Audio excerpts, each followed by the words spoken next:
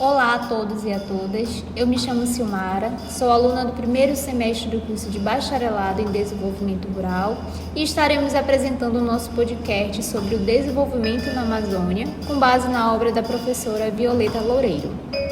Oi, eu sou a Paula, aluna do primeiro semestre do curso de Desenvolvimento Rural e também vou estar fazendo parte dessa discussão. Olá, eu sou a Camille, aluna do primeiro semestre do curso de Bacharelado em Desenvolvimento Rural e estarei trazendo pontos sobre a influência da COP30. Eu sou a Camila, aluna do primeiro semestre do curso de Bacharelado em Desenvolvimento Rural. Estarei contribuindo com uma breve reflexão dos planos e projetos de desenvolvimento dos governos. Olá, eu sou a Gabriela, também aluna do primeiro semestre do curso de Desenvolvimento Rural. Bom, gente, sejam muito bem-vindos e bem-vindas ao podcast de Teorias do Desenvolvimento do curso de Bacharelado em Desenvolvimento Rural.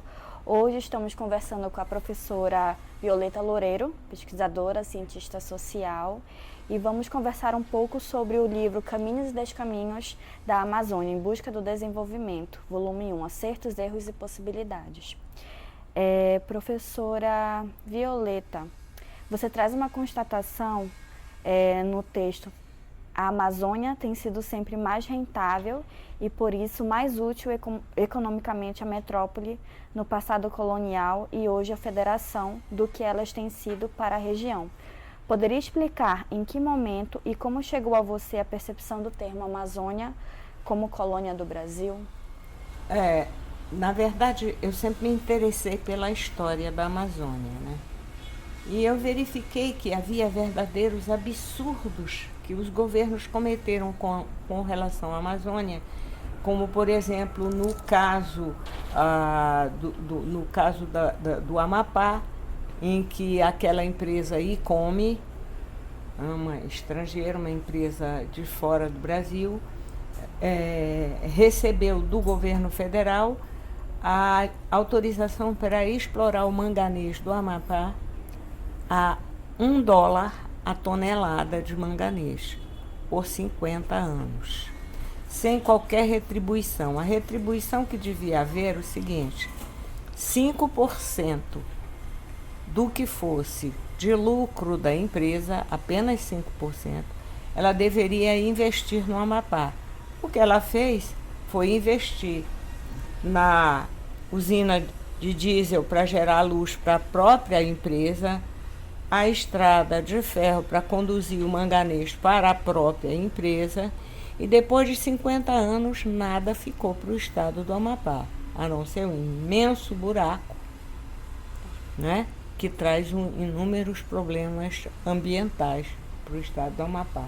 Depois eu fui verificando, por exemplo, no caso do projeto de Forlândia e Belterra, em que as terras, por exemplo, no caso de Belterra, foram plantados 3.600.000 pés de seringueira. No caso de Forlândia, 1 milhão de seringueiras. Era como se a floresta não valesse nada. Foi tudo cortado e foi plantado e vendido a preço simbólico para um americano, que depois abandonou o projeto porque não deu certo. E não deu certo por quê? Não deu certo porque o clima da Amazônia é muito úmido.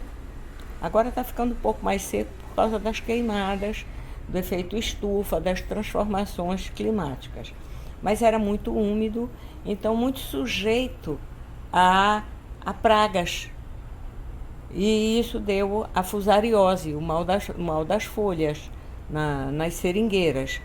Então, a primeira lição que o governo brasileiro deveria ter aprendido é que a Amazônia, a natureza amazônica exige biodiversidade. Não dá para você fazer monocultura. Não deu certo com a seringueira, não deu certo com o cacau, que deu vassoura de bruxa, não deu certo com o cupuaçu, que também deu vassoura de bruxa, não deu certo com a pimenta do reino. Ou seja, o nosso clima ele se É a biodiversidade que autoprotege a floresta. Eu vinha estudando isso e sem compreender por que a Amazônia era considerada assim uma região sem importância e problemática para o Brasil. Ninguém sabia o que fazer para desenvolver essa região. O governo federal sempre entendeu a Amazônia como um grande problema. Um grande problema por quê? Porque tinha uma enorme fronteira, tem uma enorme fronteira, que é o que se chama de fronteira seca, com outros países. Na época da ditadura, por exemplo, eles perceberam que vários indígenas que ficavam ali na fronteira da Guiana, inglesa, etc., falavam a própria língua e falavam inglês. Isso foi um Deus nos acuda para os militares. Eles acharam que já estavam querendo se assenhorear da Amazônia. Então, na verdade, o governo brasileiro não sabia o que fazer da Amazônia. Com a ditadura militar, o que aconteceu? Aconteceu foi também sem eles saberem o que fazer da Amazônia. Nesse tempo eu era estagiária na Sudã. Então, qual era a lógica? A lógica era o seguinte: a floresta amazônica não tem valor. Ela tem que ser desmatada e substituída por florestas industriais, florestas que economicamente rendessem, mas sempre sob a ótica da monocultura. Então surgiu o primeiro empreendimento, que foi aquela plantação de dendê ali na Estrada do Mosqueiro. Entende? Aquele foi um dos primeiros financiamentos da Sudã. Mas era mais fácil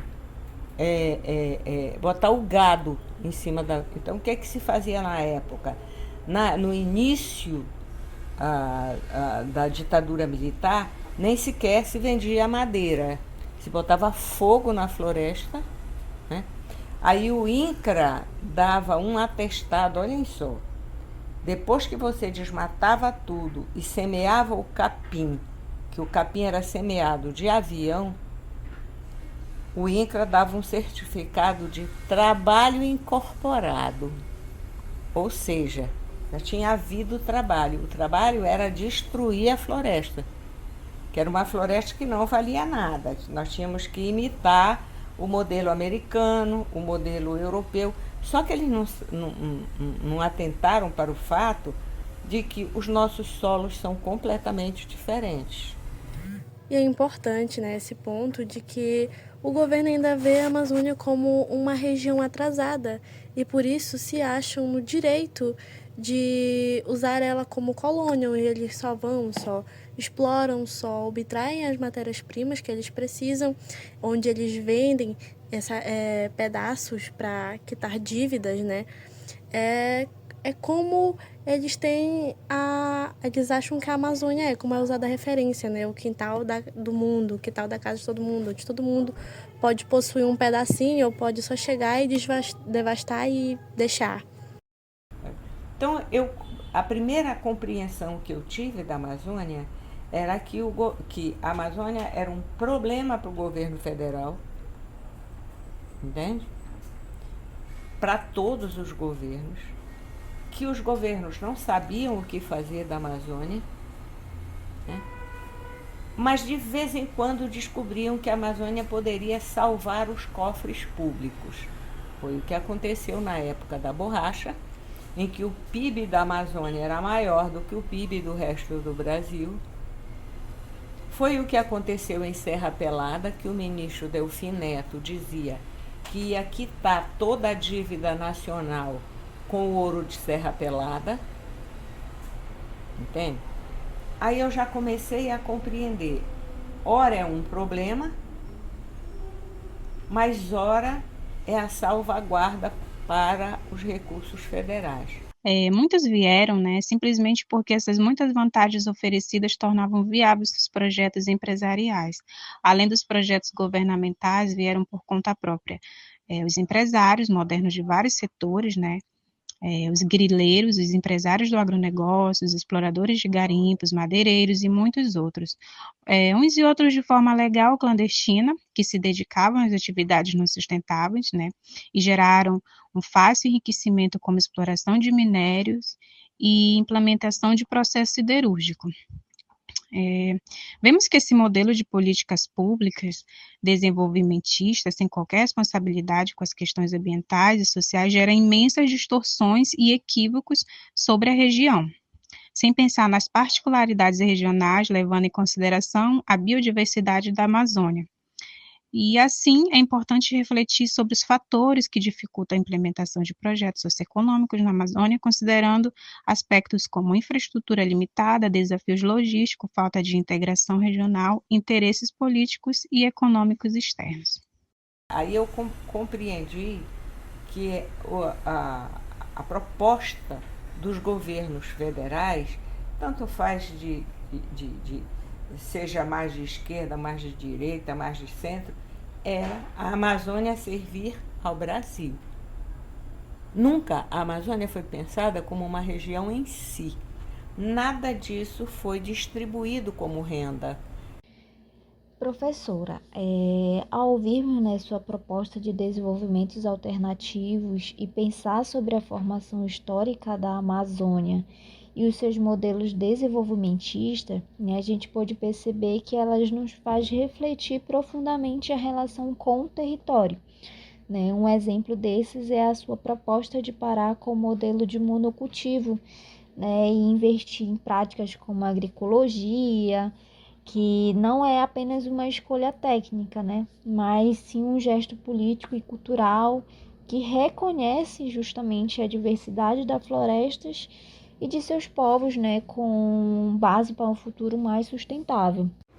Bom, como podemos perceber nessa discussão, você construiu um caminho de pesquisa sobre a Amazônia bastante necessário e importante para a reflexão do papel da Amazônia nas vertentes sociais, políticas e econômicas da região, percebendo impactos decorrentes de planos de desenvolvimento que não contemplam a biodiversidade existente aqui e a própria formação social da Amazônia.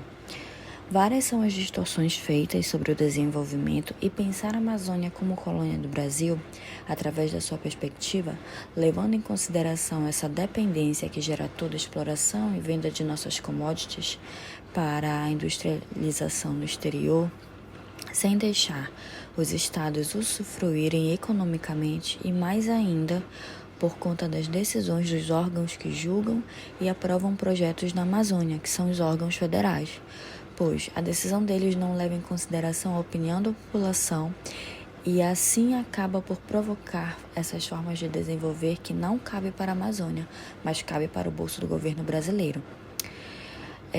Estamos às vésperas da COP30 em Belém e eu queria saber o que você espera, dos países desenvolvidos, o que eles podem contribuir. Dos países desenvolvidos eu espero pouquíssimo ou nada. Porque desde o encontro de Paris, eles não cumprem o que prometeram. O que eu queria era que a COP30 sensibilizasse o Congresso brasileiro. Se sensibilizar o Congresso brasileiro, eu acho que a COP será algo vitorioso. Eu espero isso, porque não adianta os países prometerem dinheiro ou até mesmo repassarem o dinheiro se o nosso Congresso não estiver sensibilizado e estiver aprovando o tempo todo leis que retroagem na questão ambiental. Aí não adianta. Mas será que quem vive a Amazônia está realmente no centro dessas discussões? Em entrevista ao portal Olavo Dutra, ela questionou por que a coordenação de debates da conferência foi entregue à Fundação Getúlio Vargas e à USP, sem incluir nenhuma instituição amazônica. A sua visão é que essa escolha reforça um colonialismo interno. É como se a Amazônia fosse tratada como uma colônia do resto do Brasil, um lugar sobre o qual se fala muito, mas se ouve pouco. É realmente importante ressaltar que essa presença de instituições que vivenciam o dia a dia da região devem estar inseridas no evento. e que, sem ouvir comunidades indígenas, quilombolas, ribeirinhas e extrativistas, a COP30 pode acabar distante da realidade que deveria defender. No fim das contas, a pergunta que fica é: como falar da Amazônia sem incluir a Amazônia? E você, telespectador, qual a sua opinião sobre a vinda da COP30 para o Brasil e sobre quem deve estar no centro dessas conversas? E para finalizar, gostaríamos de agradecer imensamente a professora Violeta Loureiro por aceitar participar desse podcast e nos receber com tanta cordialidade em sua casa. Foi um privilégio conhecer suas reflexões e registrar perspectivas tão valiosas para o nosso trabalho.